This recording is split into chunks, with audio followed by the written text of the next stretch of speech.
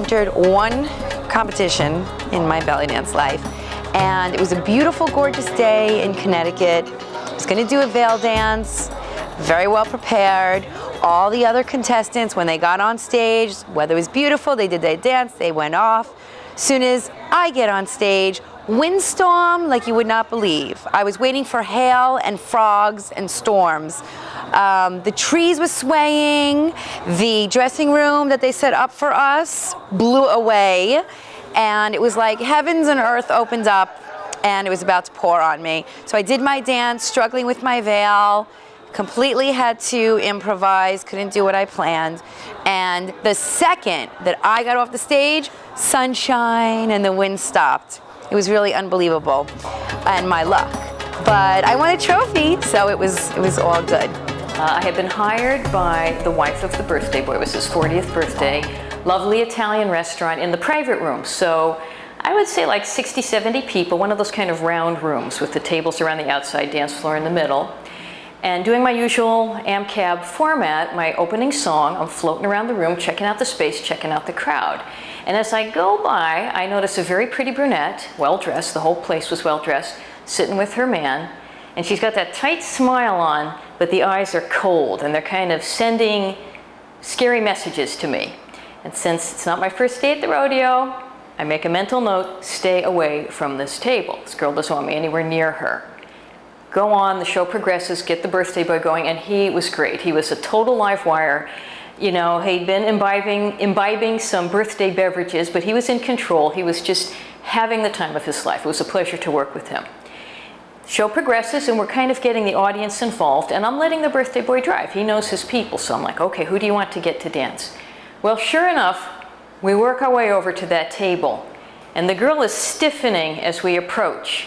And those cold eyes are becoming like laser beams, shooting daggers now. And we get to the table, trying to get the guy up to dance. And she has her evening bag, and she's holding it, and she snaps it open, and she says to me, I'll give you $10 if you get away from this table. And I'm like a little taken aback, because that's like very hostile. Birthday boy isn't quite picking up on this yet. So I'm kind of trying to laugh it off, you know, isn't this funny? And he still gets this other gentleman up, and we kind of get him onto the floor.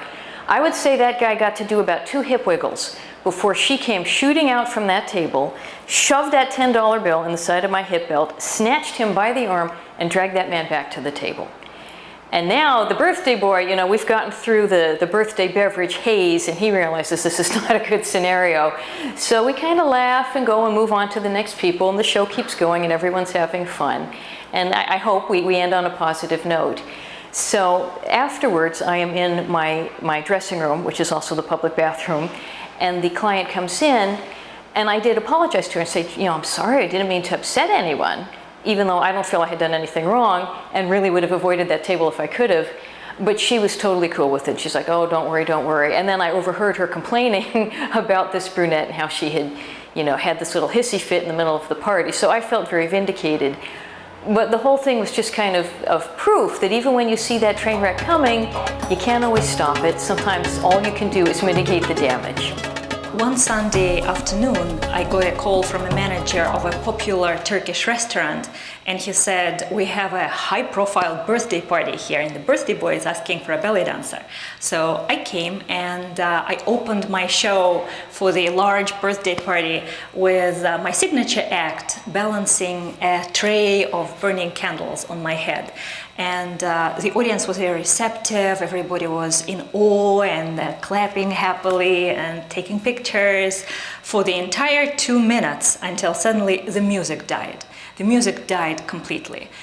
It happens sometimes to stereo systems in nightclubs and all these venues. So I just kept dancing. I was playing my finger cymbals and I got people to clap. And so they were creating this music and I was dancing. And another couple minutes into my show, I realized they didn't even notice that there was no music. Literally, nobody noticed there was no music. But it was going on and going on, no music. I was desperately trying to catch the eyes of waiters or the manager who were running around with rather panicked expression on their faces. And I didn't have any information, so no music. Then I struck the grand pose, big applause, again, just as it should be, right, with no music. I took the candle tray off my head and started offering it to guests at the party to try to balance it and to take pictures. So everybody's taking pictures, the person is balancing the tray. Of course, I'm holding the tray behind their head, so they don't really have to balance it. And there they're taking pictures with a beautiful belly dancer. Big fun, it's going on. Then suddenly one of the waiters whispered in my ear, the sound system at the restaurant failed. There will be no music. And then I catch the eyes of the restaurant manager in the doorway, and he is like, nothing can be done, just cut it, not a big deal. And I felt so bad because I thought I haven't even taken pictures with the birthday boy, and he was a very warm and gregarious guy in his 50s, and there was his glamorous wife and his brothers and other members of the family and well-heeled people from work, and they were very warm and receptive toward me. So I just finished the tray section and I kept playing my finger cymbals, got people to clap to a certain beat, and I invited the birthday boy to dance. And so he got up. I quickly taught him a couple moves, swaying his hips right, left, and maybe shaking his hips. He was super enthusiastic. People were taking video and pictures, and there were all these flashes of cell phone cameras around.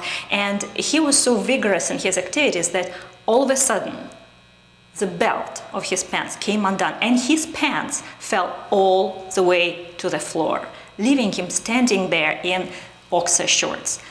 Thinking back to that event, I hope the design on those shorts was somewhat dignified, but I felt absolutely terrible and terrified. I kind of lost it for like a minute or so, but he handled it very well. Everybody was roaring with laughter, taking millions of pictures. He made it look like a joke, and I, jumped on it and helped him create a little comedy routine out of it to make it look good. But can you believe it? I've told this story a million times, and every time when I tell it, I think, do people actually believe it happened to me? Because it totally sounds like it is some kind of urban myth of belly dance. That's how classic it is. But it actually happened to me.